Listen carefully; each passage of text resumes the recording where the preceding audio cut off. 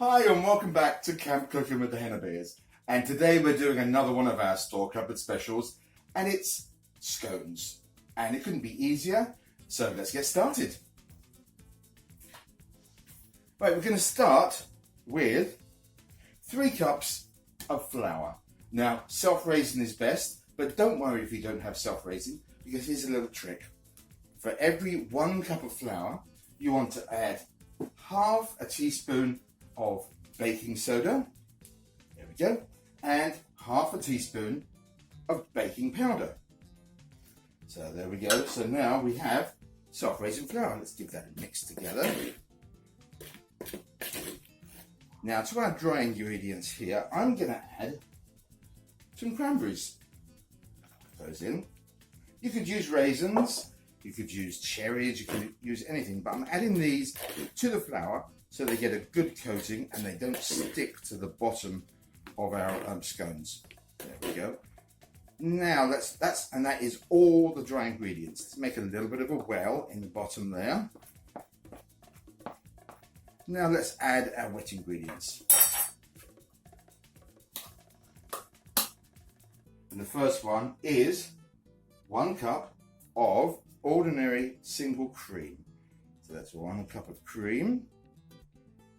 Oh, it's gorgeous. Now this is replacing all the fat. Normally you'd use butter and rub it together, but we're using simple cream. That's all the fat that we're going to put into it.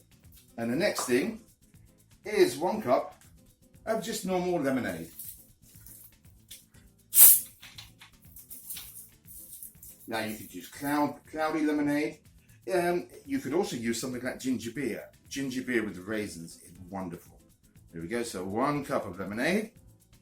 And that is it.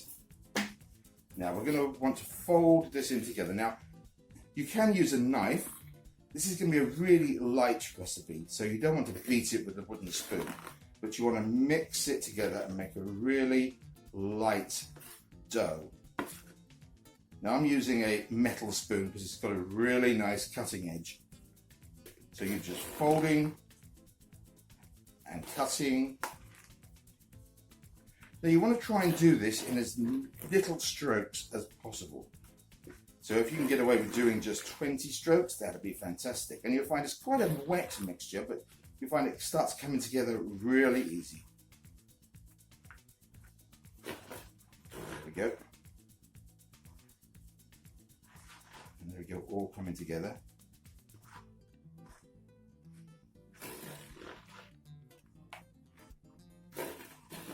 Now when it gets to about this stage, there we go. Let's get out the spoon. Oh, it looks good enough to eat already.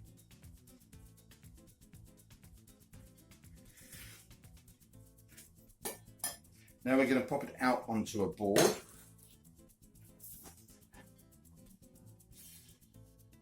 Let's just put a little bit of flour down.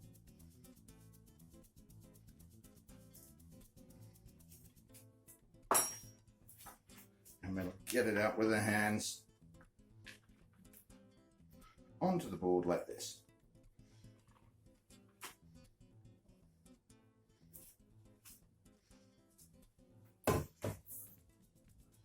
I forgot to flour my hands, so let's do it now.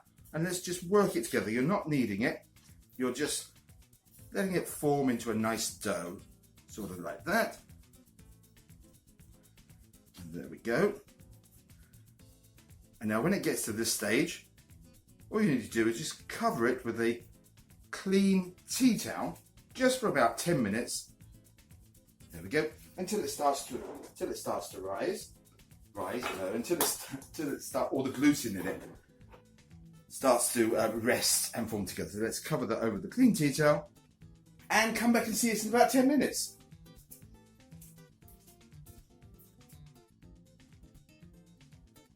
Okay, so that's been 10 minutes. Let's take this off. There you go, it's had a good chance to sit and rest. So now what we're going to do is put a bit of flour on our hands again. Okay, let's just pat it together.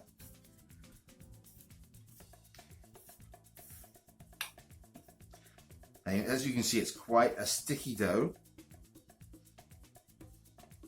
So let's put a little bit more flour on the board. Now you could use a rolling pin.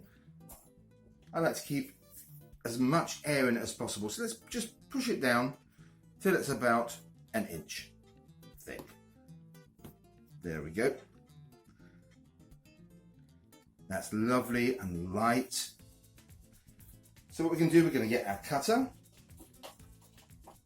And I've got a pan here already. It's lined with some parchment paper or some greaseproof paper. And then let's start cutting out. Now what I've done is, put this down here. I've got a little bit of flour in a small bowl. And the cutter I'm using has got quite a sharp edge. And the flour will stop the dough from sticking and pushing it down, compressing it down. Because we want to keep it as light and fluffy as possible. So there we go, and let's give it a good squish down. Now don't twist when you pull it up, because otherwise you'll just compress the edges. So there we go. And there's our first scone. Let's put it into the pan. A little bit more flour. Let's get another one out. And push down. You can hear the air squishing out. There we go. Now put them in the pan quite close together, because when they're touching each other, they help each other rise. Let's get some more out. Now listen for this noise. There we go, you can hear it squishing through. Oops, I twisted it then. Don't twist it. Let's pop it in the pan. More flour. And another one.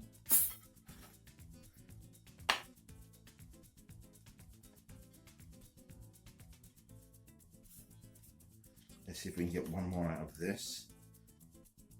Yes. And there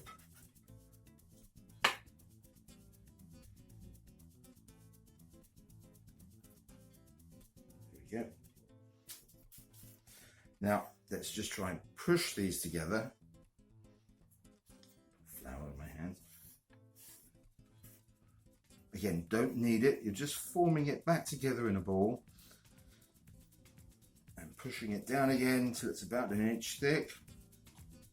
Flour on the cutter, and there we go.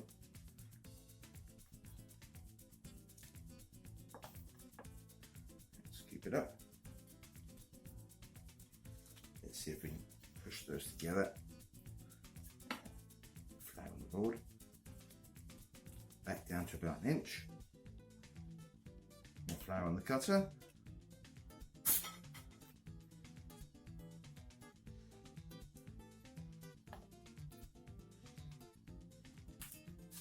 Go. I think we can get one more out of this. Push it together.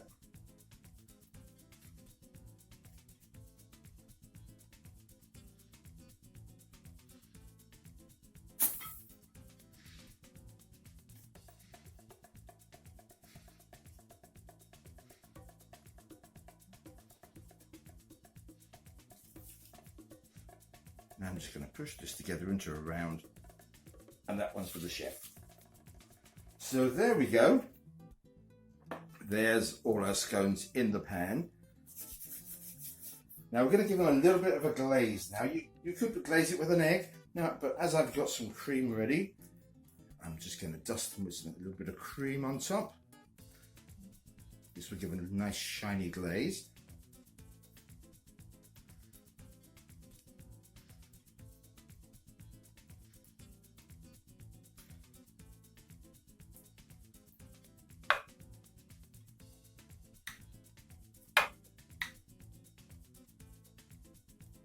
And now we're going to pop them into an oven. Now they're not going to take long to cook, about 10-15 minutes in an oven that is 120 degrees. So let's pop those in the oven, and we'll have a look in about 10 minutes. Okay.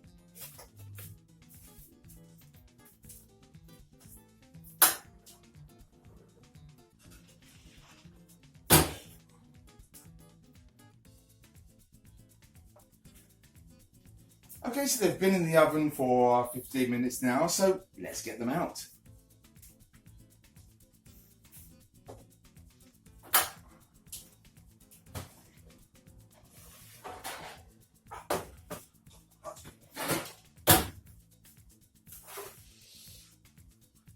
So there we go, some beautiful lemonade and cranberry scones. What we want to do now is just take them out of the pan very carefully because they're going to be very hot. There we go. And put them onto a wire rack just to cool. Now, unlike normal scones that are made with butter, these are fantastic if they're kept and just reheated in the microwave. They can be great. They're great by themselves with some butter on, or with a full English cream tea. There we go, and just let them out to cool, and try not to eat them right now because they're too hot. So I hope you enjoyed today's recipe. If you did, don't forget to subscribe to our channel and hit the like button and share as much as you like. And we'll see you again next time on Camp Cooking with the Henna Bears.